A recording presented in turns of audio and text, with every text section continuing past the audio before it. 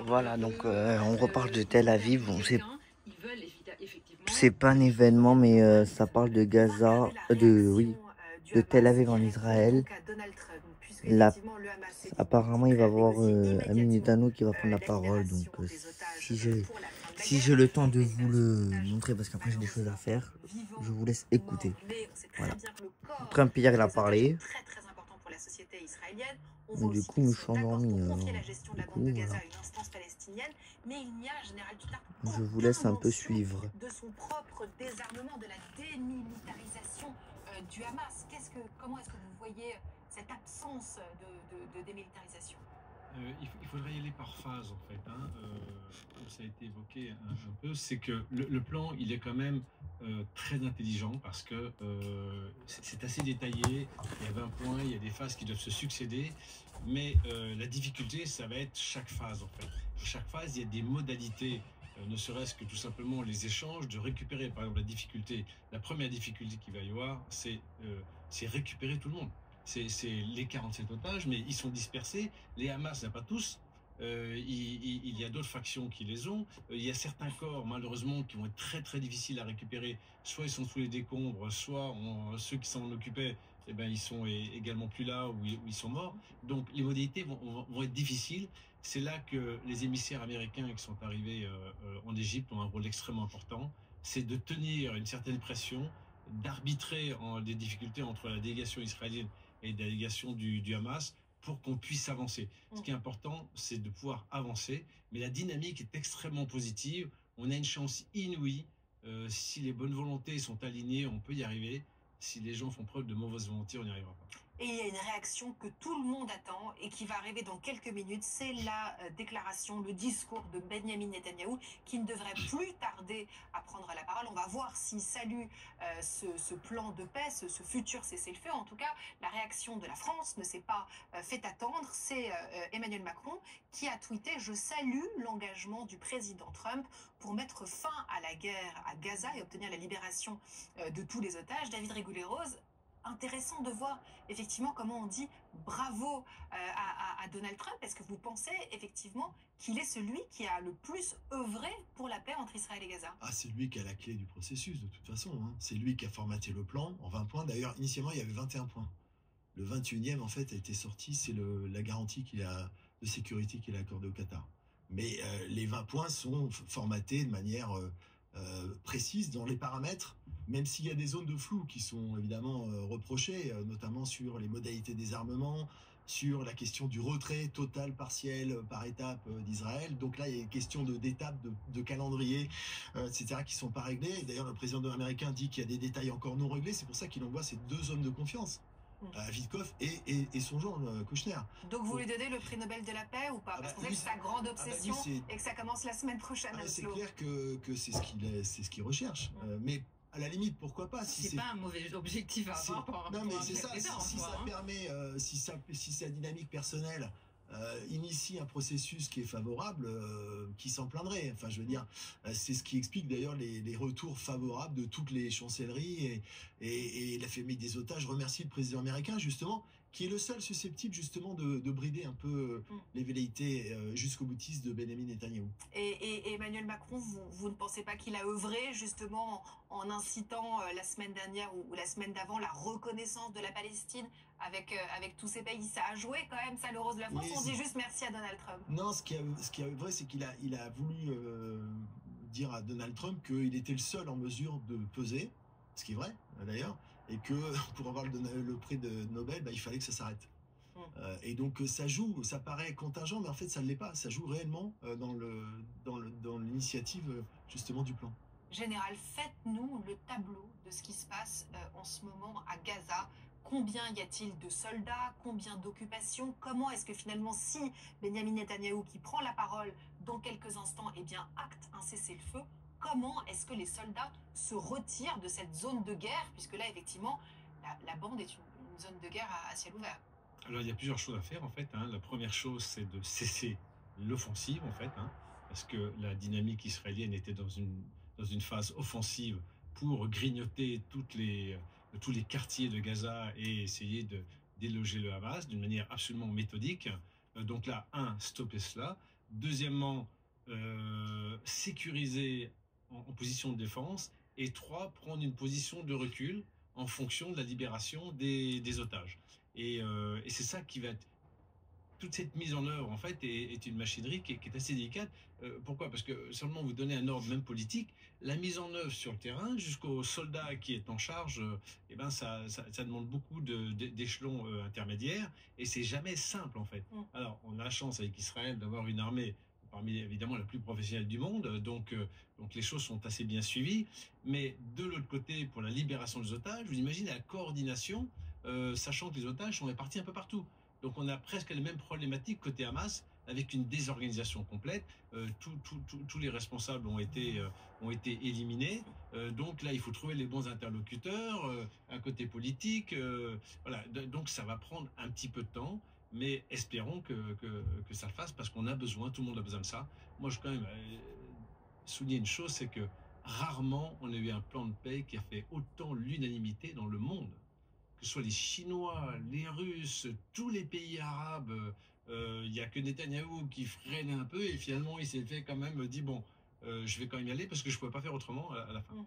C'était aussi, et j'imagine Simone que vous le partagiez aussi, un spectacle de désespoir total, de voir ces populations aussi affamées, ces bombardements, ces otages retenus. Enfin, vivement que ça s'arrête.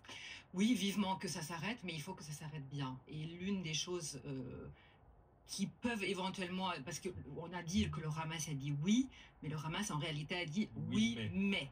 Et donc c'est là où il va falloir quand même faire très attention, parce que si on n'arrive pas à un désarmement, si le Hamas continue à jouer un rôle dans la construction après dans Gaza, on risque de se retrouver exactement dans la même position dans 5, 10, 15 ans. Donc l'objectif quand même des Américains, des Israéliens, de la communauté internationale et aussi surtout des pays arabes doit absolument être que le Hamas ne joue plus aucun rôle, parce que ça serait une catastrophe à la fois pour la population palestinienne et bien évidemment pour les Israéliens. Alors je rappelle que Benjamin Netanyahou va prendre la parole dans quelques instants et que sa prise de parole est très très attendue. David Rigoleros, on sait qu'effectivement il a été mis en cause après le 7 octobre pour ne pas avoir entendu des lanceurs d'alerte qui avaient prévenu de cette attaque, et on a souvent dit qu'il était dans une stratégie jusqu'au boutiste pour ne pas être rattrapé par la justice. Est-ce que vous pensez qu'il peut là ce soir dire je rejette le plan de paix? Ah non, il peut pas dire ça. De toute façon, il est débiteur. Impossible. Ah non, il peut pas dire ça. Même s'il le souhaitait, il pourrait pas le dire. Et puis il le souhaite pas non plus, de toute façon, parce que il sait ce qu'il doit au président Donald Trump. Hein. C'est-à-dire que sans les Américains, il peut pas continuer. Non, mais notamment pour les frappes sur les sites nucléaires iraniens, pour la sécurité. Il y a encore des contrats d'armement qui ont été validés et qui viennent d'être validés. Il sait à quel point le soutien américain est absolument essentiel. Et c'est là où d'ailleurs il vient de faire une réunion de cabinet de sécurité, et il a mis de côté ces deux ministres d'extrême droite, Itamar Ben-Gvir et Bezalel Smotrich. Il les a pas conviés. Ceux qui parlent d'Israël comme la Judée et qui veulent effectivement mais surtout qui avaient prôné une réappropriation de Gaza. Et qui ont condamné le plan Trump par ailleurs. Qui ont condamné le plan Trump en prenant une recolonisation, une annexion, etc. de Gaza. Donc, et pour Trump, c'est hors de question. Donc, c'est un signe qui montre que le Premier ministre sait à qui il doit le plus. Et si je peux me permettre, il y a aussi, ça lui permet d'avoir aussi un storytelling plutôt intéressant après. Bien sûr. De pouvoir dire, en réalité, c'est la pression militaire qui a permis cela, c'est ma relation privilégiée avec le président qui m'a permis cela, c'est aussi indirectement l'attaque contre les leaders du Hamas au Qatar qui a permis cela pour émettre la pression sur le Qatar. Donc en réalité, pour lui, la situation actuelle est plutôt favorable parce que ça lui permet ensuite d'avoir un discours. N'oublions pas que les élections vont avoir lieu en novembre 2026. On peut s'attendre à ce qu'il dise deux choses ce soir. La première, c'est qu'il est prêt à mettre en œuvre le plan Trump. Même si, lorsqu'on le lit dans le détail, ce plan Trump ne lui convient pas totalement, notamment sur le retrait des troupes israéliennes, et notamment dans le fait que dans ces 20 points, il y en a un qui évoque la création d'un... C'est-à-dire c'est tout simplement les vendeurs, les gens qui vivaient de la drogue dans le pays. Immédiatement, et d'ailleurs, dès demain, on va commencer les négociations au Caire. Mais il devrait sans doute dire aussi, Paola, le plan Trump, ce n'est pas ce que dit le Hamas dans son communiqué hier. Ce n'est pas ce à quoi le Hamas s'engage. à côté de la libération des otages, puisque le Hamas est très clair dans le fait qu'il veut continuer à jouer un rôle dans la transition, dans la mise en place du processus de paix, dans l'avenir de la Palestine. Son communiqué, il dit que ce processus sera discuté dans un cadre national palestinien global, je cite son communiqué, dans lequel le Hamas sera inclus et contribuera avec pleine responsabilité. Et il est évident que ça, pas plus que pour Donald Trump et Benjamin Netanyahou, ça n'est acceptable, bien sûr. En général, on peut reconstituer une armée, même si les têtes pensantes ont été tuées par Israël. Non, là, vous pensez qu'effectivement, le Hamas, ça sera de l'histoire ancienne?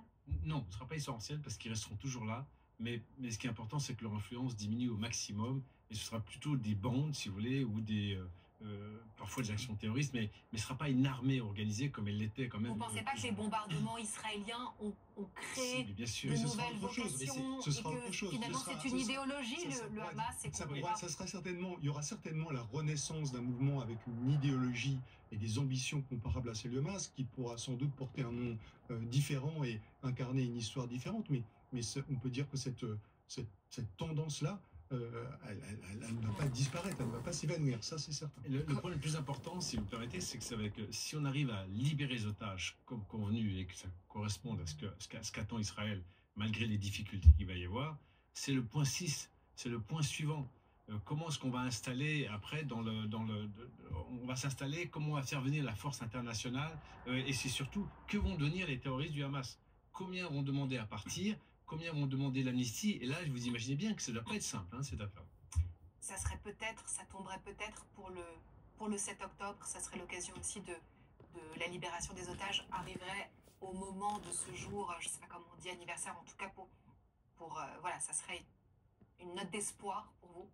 Ah, ce serait plus qu'une note d'espoir, ça serait effectivement une clôture de 2 ans de cauchemar que vit à la fois la région, bien évidemment, mais que d'une certaine manière nous vivons tous.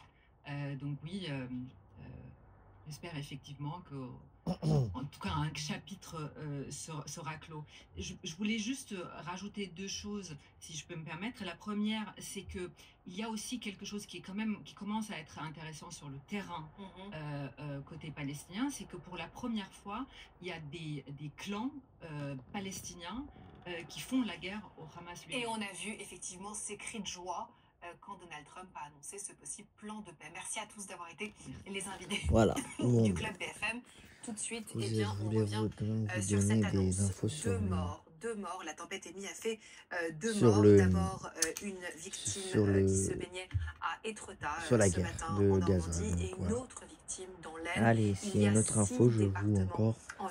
Bien sûr, je ferai une vidéo. Comme il y a un événement, je ferai une vidéo.